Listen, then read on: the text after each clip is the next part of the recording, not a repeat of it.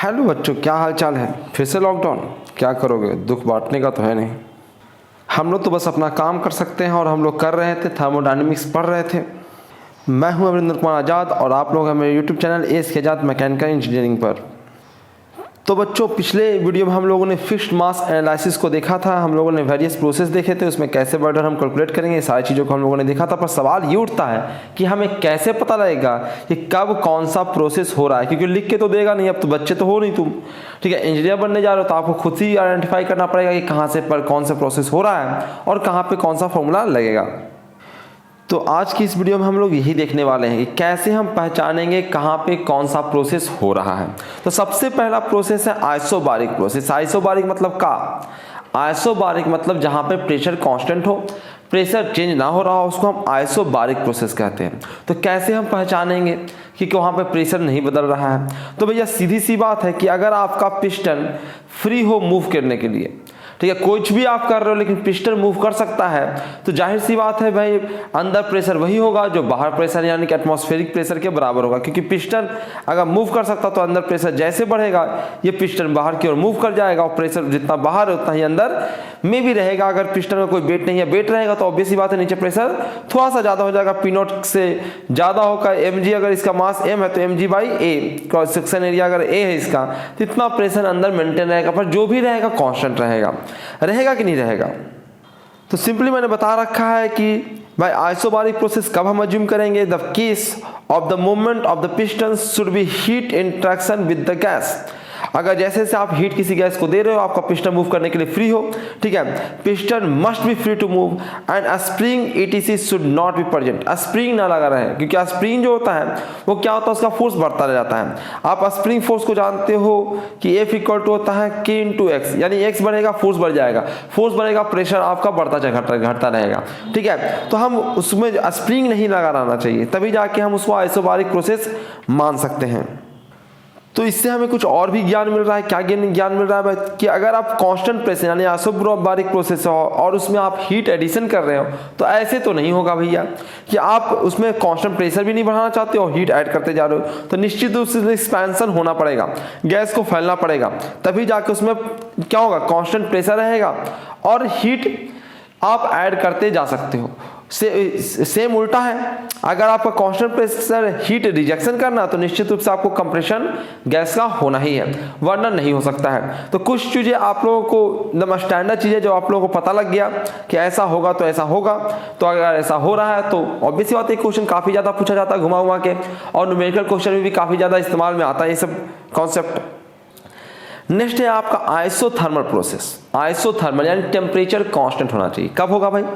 तो कहता है कोई भी प्रोसेस जो इनफाइनाइटली स्लो हो। कैसा हो? इनफाइनाइटली स्लो, बड़ा धीरे धीरे काम हो, धीरे धीरे प्रोसेस हो। अगर धीरे धीरे प्रोसेस होगा तो उसको हीट इंट्रैक्शन का मौका मिल जाएगा और अंदर वो टेम्परेचर वही कर लेगा जो बाहर सराउंडिंग का टेम्परेचर है। लेकिन टेम्परेचर चेंज करने में भैया समय लगता है, एकाएक ऑटोमेटिकली तुरंत के तुरंत हो नहीं जाएगा।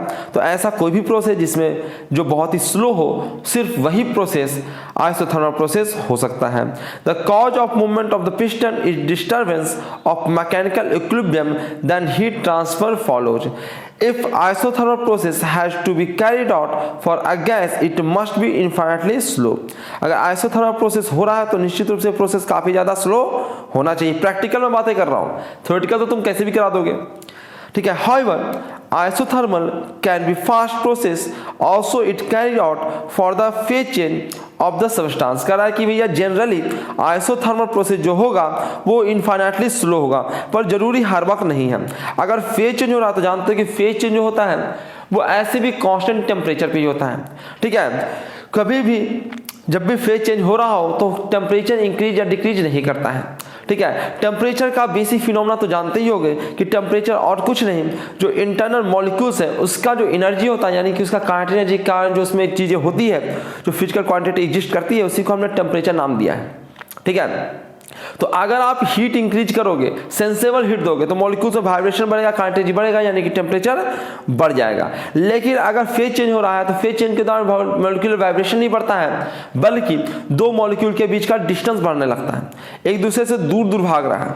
ठीक है, तो उस दौरान चूंकि मॉलिक्यूलर वाइब्रेशन नहीं बढ़ रहा है, काइनेटिक मॉलिक्यूल्स की नहीं बढ़ रही है, बल्कि ऊपर से मॉलिक्यूल्स और दूर दूर जा रहे हैं।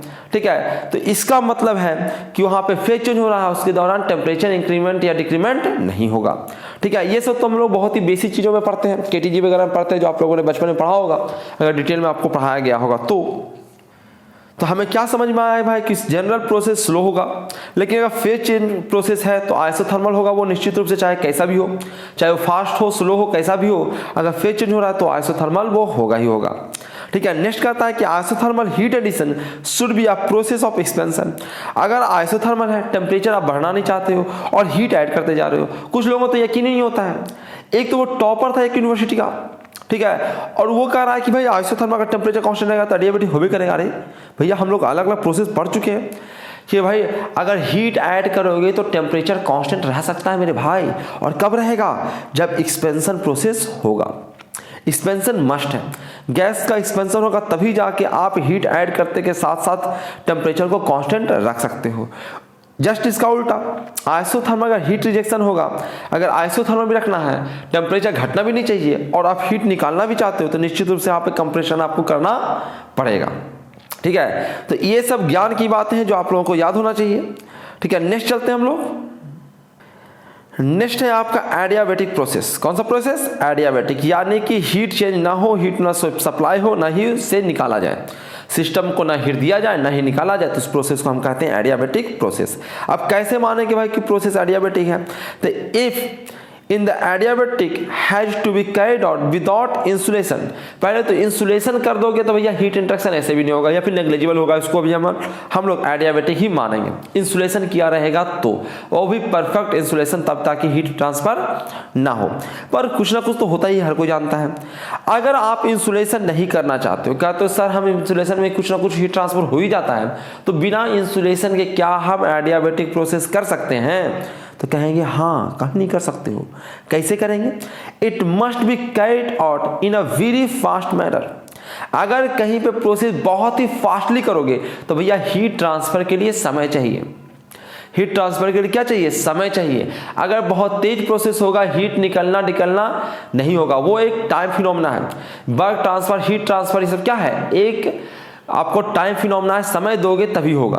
तो अगर बहुत ही तेज प्रोसेस तुम कर रहे हो तो वहां पे हम मान सकते हैं कि भैया हीट का लेन देन नहीं हुआ है, यानी प्रोसेस को कैसा मान लीजिए? एडियाबेटिक प्रोसेस मान लीजिए।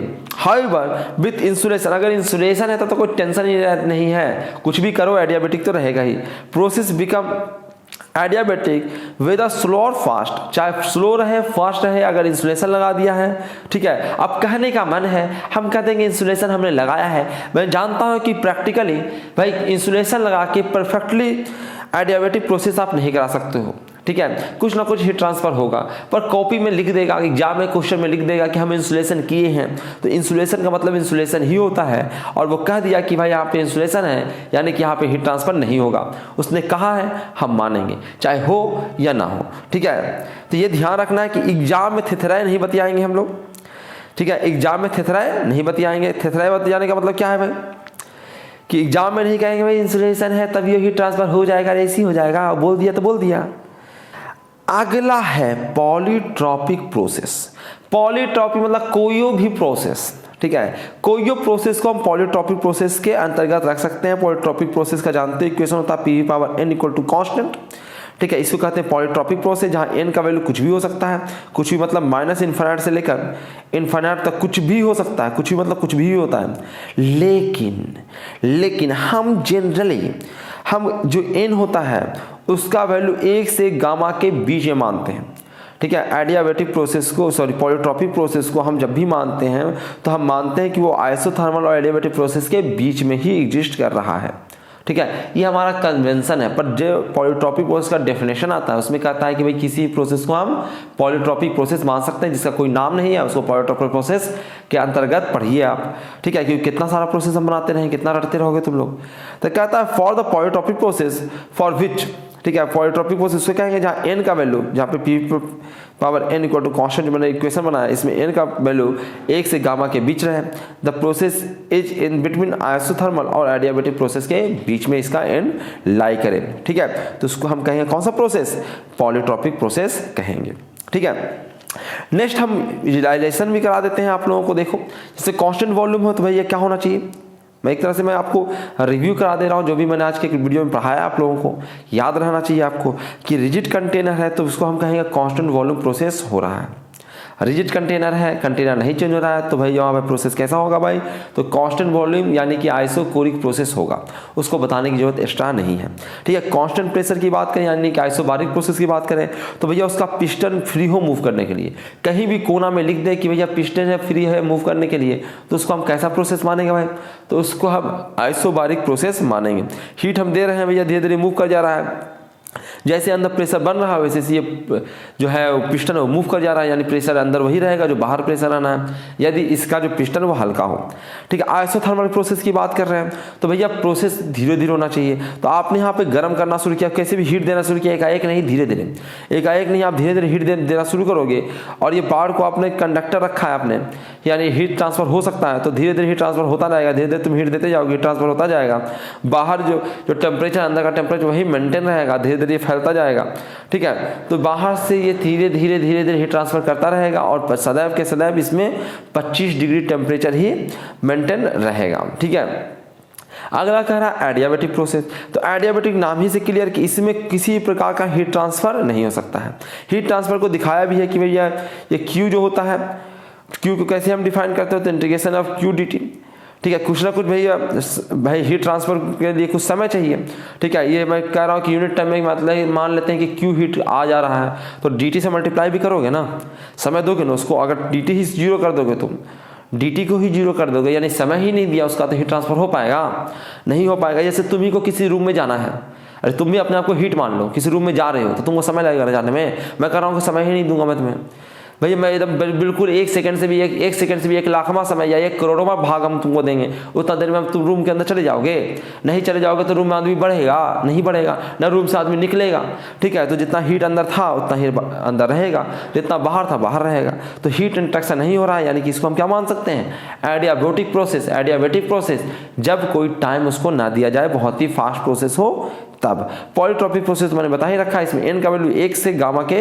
बीच में होता है इन जनरल, ऐसा हम मानते हैं, ठीक है। तो उम्मीद करता है कि आपको ये चीज़ें समझ में आ गया होगा कि कैसे हम वेरियस प्रोसेस में हम रियलाइज करेंगे कहाँ पे कौन सा प्रोसेस हो रहा है, कौन सा इक्वेशन लगाना है, क्या मानना है, ये सब चीज़ें आपको वहाँ पे जल्दी जल्दी दिमाग में लगाना है, ठीक है। दिमाग चलाना है फटाफट एग्जाम में कि कहाँ पे हम कौन सा प्रोसेस माने। उम्मीद करते हैं इससे फ़ायदा होगा आपको, और जो खासकर जेई वगैरह का भी एग्जाम देने जा रहे हैं, जेई मेन जेई एडवांस वगैरह का, उसको भी काम आएगा। तो छोटे बच्चे भी, आप लोगों के छोटे भाई बहन हैं, उनको भी ये सजेस्ट कीजिए, ये सब वीडियो उनको बताइए, ठीक है, ताकि वो भी देखें। ये थर्मोडायनामिक्स काफ़ी इंपॉर्टेंट है, खासकर मैकेनिकल इंजीनियर के लिए, मैकेनिकल इंजीनियर के लिए काफ़ी इंपॉर्टेंट है, और खासकर साइंस के लिए, इस फिजिक्स को समझने के लिए भी काफ़ी इंपॉर्टेंट चैप्टर होता है ये, एनर्जी को समझने के लिए, सारा खेल तो एनर्जी का ही है।